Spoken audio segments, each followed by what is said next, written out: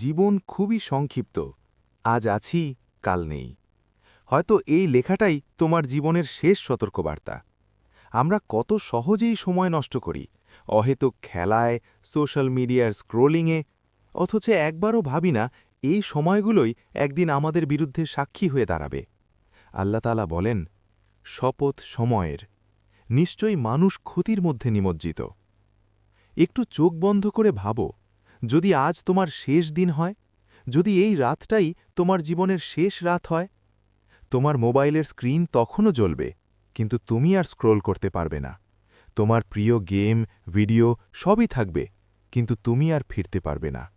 রাসূল সাল্লাল্লাহু আলাইহি ওয়াসাল্লাম বলেছেন, দুটি নিয়ামত আছে যেগুলোর ব্যাপারে অনেক মানুষ প্রতারিত: স্বাস্থ্য এবং অবসর সময়।